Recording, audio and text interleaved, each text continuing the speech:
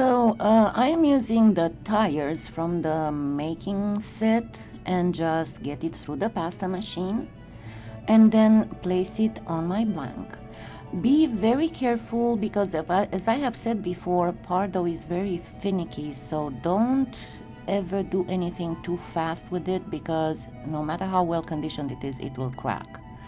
Gently push the edges in and then simply trim the excess. And I will show you there is one thing that you need to do on this one in order to get the later edging properly on the cuff. And yes, I know you will tell me, what about platinum? We can still find silver, but what about platinum? Well, it's very simple. Just get some translucent and mix some mica powder in it. Only that I advise you to use a very fine mica powder. And that would be either the micro pearl of Pearl X, or if you can find a cosmetic mica powder, that is way finer. Now here, hold your blade 45 degrees towards the edge of the blank and then simply cut.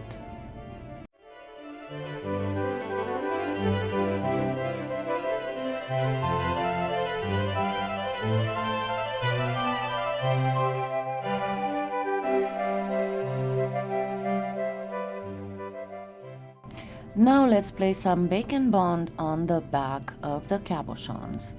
And as I have said before, if you want to have a good grip of your cabochons on the back, just use a little bit of clay that is exceptionally thin. And you see I am putting some on the back of the cabochons on top of that bacon bond, and then I'm going to flatten it as much as I can and of course trim the excess, and then place some more bacon bond on the clay, on the raw clay, and only after that secure the cabochons on the cuff. There will be some sticking out, and of course you can trim that with your X-Acto knife. Just be very careful to place the focal cabochon exactly in the middle. Now, following my design, I realized that those lines of rhinestones would have made the cuff way too crowded, so I decided to not do it and simply place the smaller cabochons closer to the focal one. Press really hard so that that clay, raw clay on the back will get well into the little grooves of your backing. And then let's fill a little bit because you will have, remember in my clay with me, when I showed you how to set gemstones, cabochons, real or faux, on a base, you just make a very thin snake and then just smash it in, push it in, whatever little distance might be between the cabochon and the background. And especially on curved surfaces, no matter how much you bake the cabochons on a curved surface or whatever, there will still be a little bit of space. So simply fill that space and make everything flush with the edge of the cabochon.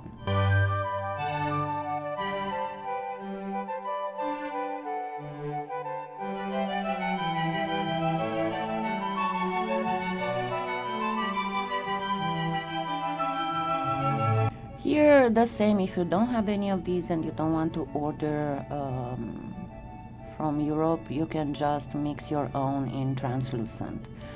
Place very thin strips around the cabochon and make sure that you trim it to a perfect line.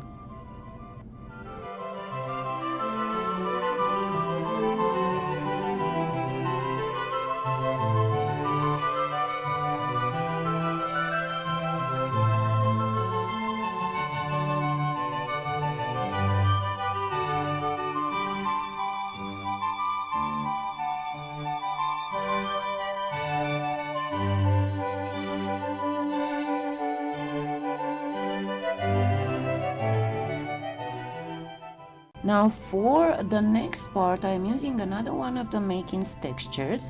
You will get all the information in the video description. And I will use these to do a bezel around the settings of the cabochons. So what I'm going to do is to simply cut the areas that do have a line of dots or something for the main cabochon, and the area that has just lines for the side smaller cabochons. Then with the paintbrush, just place a little bit of bacon bond around the cabochon, and then simply place these. If you want to make a seamless joining of the ends of your strips, simply use some alcohol and a soft bristle paintbrush and just gently rub in that spot until everything gets smoothed out and perfectly. You cannot see anymore the joining. There I have a tiny spot where I'm going to have to place a little bit more clay, but it all went just fine. So you can see if I am smoothing it out with the paintbrush, everything gets perfectly smooth, no trace of edges joining, no anything. Now for the ends, I'm going to use this little sugar crafting mold. I'm not very happy working with this because they are very soft and they don't work very good with the polymer clay. They have the tendency to smoosh when you're pressing the clay in, but this one is very small, so any deformation is unnoticeable. And I'm going to use these to do one of Konstantino's signature things, the mixing of gold and silver. And as I said, this is a piece inspired by Konstantino. It is very hard to do a Konstantino style piece with regular clay, unless you have, of course, some PMC specific textures and molds. You could probably do it easy in PMC, but with clay, even with Pardo, it's a little hard.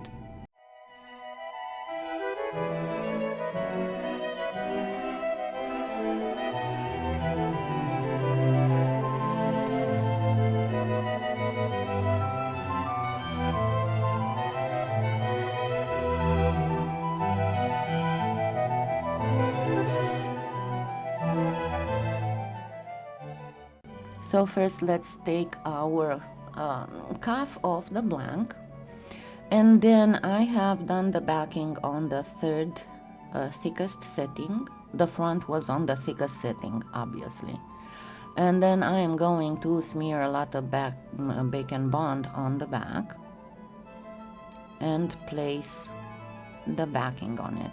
I'm using Premo because Pardo is so hard to come by, so and no, I got this question before. I would not advise to mix Premo and Pardo.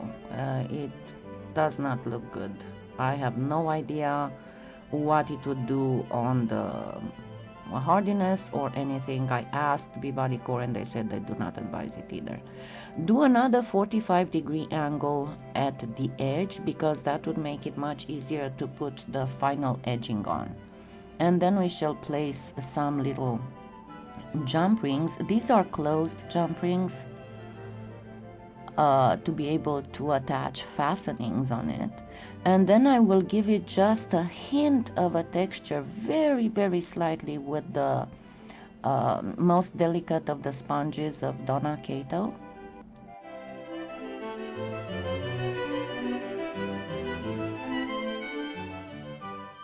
Now comes the time for metallicizing, and I am using here the Art Alchemy metallic waxes, the old silver and aged brass.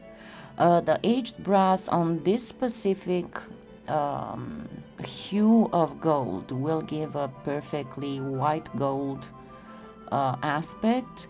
Yes, you can use a much whiter mix for the gold and then use the white gold wax, but As I said, this bracelet is inspired by Konstantino, and that's pretty much the color of gold that is used on that line of jewelry.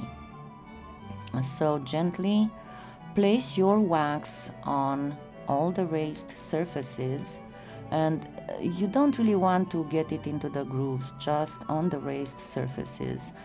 Some of it you can apply with your finger, but for the rest you will need a makeup applicator, a eyeshadow makeup applicator. And I will post a link to that because you can get some really cheap disposable ones. And I'll put a link for that in the video description. And I'm saying disposable because generally speaking these waxes are very hard to remove from anything. You saw me using brushes, and yes, you can clean the brushes with alcohol if you place them in alcohol right after you use them. Unfortunately on this piece I cannot really use brushes, I can only use makeup applicators. So I did the gold.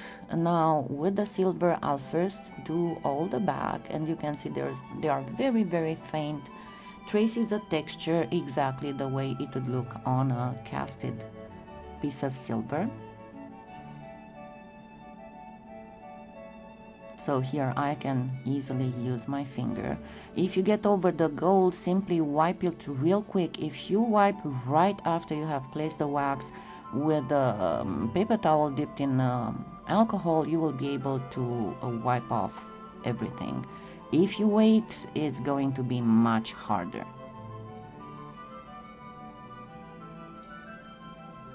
So once you do that, and you see I am using the paintbrush, but very little, and then I will be moving on to the eyeshadow applicator.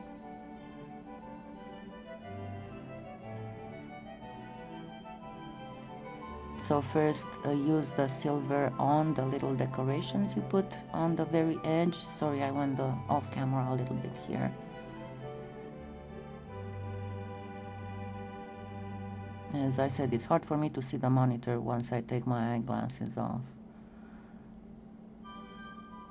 And once again, you don't have to use the wax in the grooves, just on the raised parts. So the paintbrush is okay for the silver area, and even so I still got a little bit over the gold, which I had to wipe off. But if you use an eyeshadow applicator, that will not happen.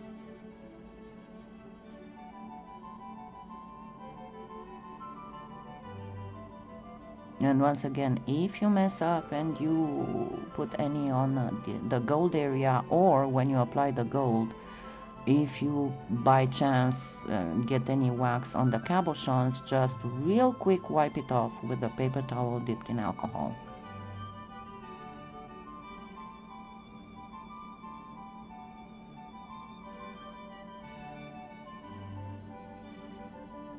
And you'll see I realized that the paintbrush is not exactly the best to use for this, so I will be switching to the makeup applicator here in a minute. But make sure that you apply the wax on the so-called setting of the cabochon, not just on the bezel around it.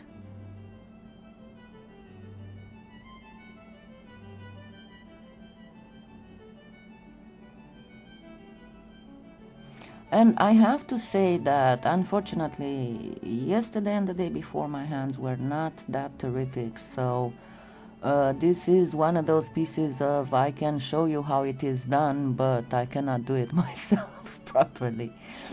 So yeah, now let's put this together. And simply for the earrings, because remember we had two little pieces that were made special for earrings, I'm going to simply I have these little agate beads, and I chose two blues. Yes, I will put a link for these in the video description too. I got them from Amazon. And I'm going to simply put agate beads between bead caps and between wrapped loops, and connect the two pieces of faux lapis to the ear wires, and that will be pretty much it. I'm not going to show the whole process because, as I said before, this is the hardest part for me to put the jewelry together because of my issues with the hands, pinching, grasping, and having my hands up to hold them under the camera doesn't help, and most of the time I cannot do it. I practically cannot do it. So I'll show you as much as I can of the whole process, and I will describe it to you. So as I said, just place the bead between bead caps and wrapped loops. Connect one of the wrapped loops to the end of one of those faux lapis pieces and make another wrapped loop. Make sure that you cut the excess wire properly, and then using your little plier, make sure it's well wrapped so it would not snag or scratch or anything.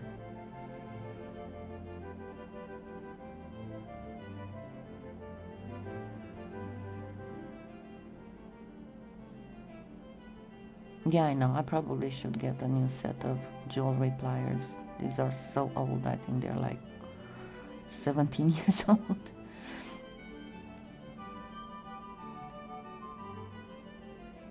And so this is pretty much how your earrings will look. They are very tiny and very delicate.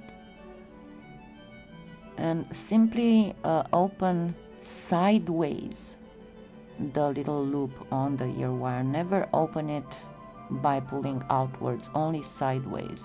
And here I have issues doing it under the camera, so I will just get it a little bit closer to my face so I can do it. Anyway, there we go. I had to go off camera to do this, and simply pull the loop back together, and here's your earring. And now for the cuff, I'm going to use a very, very thin chain, and unfortunately for this one I cannot give you a link because I've had it in the house for, goodness gracious, over 5 years. I have no idea, I don't remember where I got it from. But this is how the cuff looks after it's been nicely buffed. So place a very small length of chain on each of the ends. On one of them, place a double coil jump ring to put together the ends of the chain, and on the other one, with the help of a double coil jump ring,